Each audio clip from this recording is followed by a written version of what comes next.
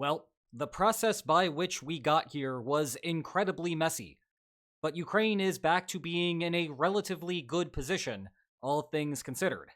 And now the Kremlin is about to be in a bit of a dilemma. We have entered the put up or shut up time in the war. Let me explain. Following a comparatively harmonious summit between Ukraine and the United States, Ukraine agreed, in principle, to a 30-day ceasefire with Russia. The United States, in return, announced that it was going to restore military aid and intelligence sharing with Kyiv, just 11 days after this fiasco in the Oval Office that led to those things getting cut off. Obviously, more military aid and more intelligence is better for Ukraine than less military aid and less intelligence. But there is a deeper gambit that is being run right now that we should shed some light on. As you likely know, Russia has been advancing along the Eastern Front for a long time now. The central problem is that Ukraine has been unable to establish solidified defensive lines. So, in the absence of that, Ukraine has been trading land for time and Russian casualties. We do not yet know how long Russia can sustain those operations, but as long as the status quo holds, it will be a slow march westward for Russian forces. With that as background, the next step in the peace process is for Special Envoy to the Middle East Steve Witkoff to travel to Moscow, which is somehow now falling under his purview. Actually, he was also there last month to negotiate the release of Mark Fogel. That turned out to be a success, as you can see him here kissing American land for the first time in 3.5 years, and while wearing a very tasteful beanie, might I add. Regardless, you can see Steve Witkoff here on the left at the US-Russia summit in Saudi Arabia from February 18th. He will now go to Putin and propose the same 30-day ceasefire, and it will put Putin in a bind. Let's imagine for a second that he says yes to the proposal. Well, if I may be Captain Obvious of the Armchair Squadron for a moment, that will give 30 days for Ukraine to dig, and dig some more. And then when they are done digging, they can keep on digging.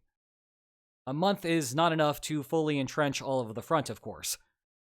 By comparison, the Surovikin line that Russia used to stop Ukraine's offensive in 2023 had about 6 months of lead time. But 30 days is more than nothing, and it is arguably the most likely reason why Russia has not been pushing for a ceasefire yet. And if you will indulge me with some lines on maps for a second, the thing is, if you think that by fighting right now you could expect to capture territory out to here, but if you think that if you pause and Ukraine builds entrenchments, then you will suddenly be limited to here or so, then you may refuse a deal even if continued fighting will lead to a lot more casualties on your side. Now, should the ceasefire end in 30 days, perhaps the shift will not be all that massive. But if you are going to be fighting now or later, Russia is better off taking whichever circumstances produce the greatest gains. Thus, option 1 for the Kremlin is to forego the continued pressing of Ukrainian defenses and allow Ukraine to build at least some fortifications. So, not great from Putin's perspective. Meanwhile, the alternative is to just keep going. And that is where things get spicy. Publicly, the Trump administration wants the war to end one way or another.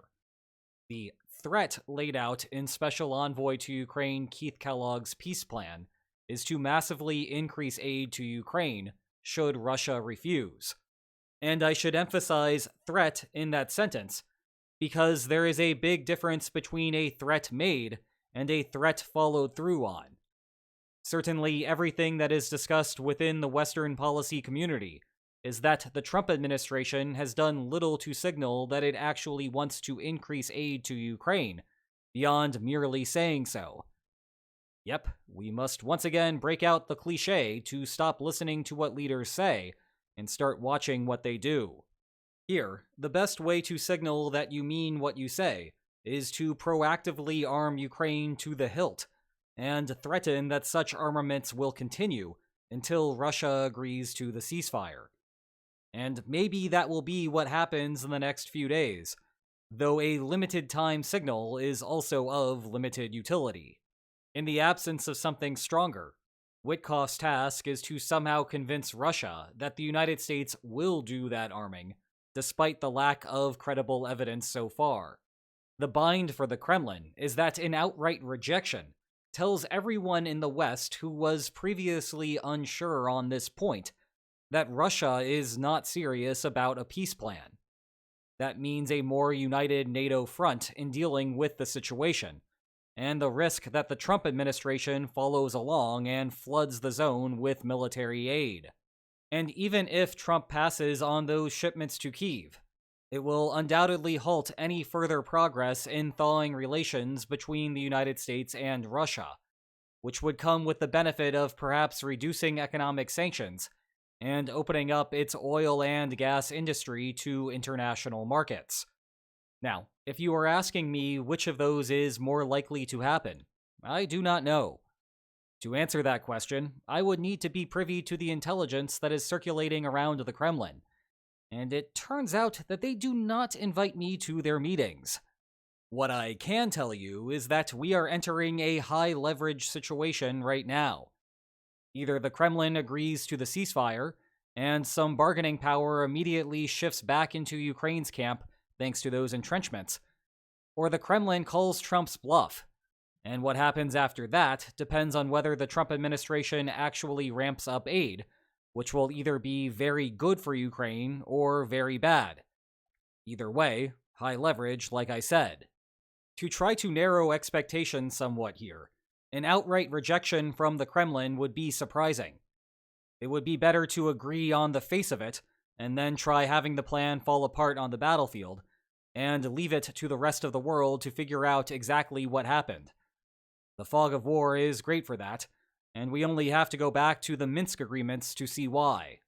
Alternatively, the Kremlin could try bogging down the discussion in negotiations over the finer points of a deal, such as how much aid will flow to Ukraine during the ceasefire, or what NATO's role will be along the line of control moving forward.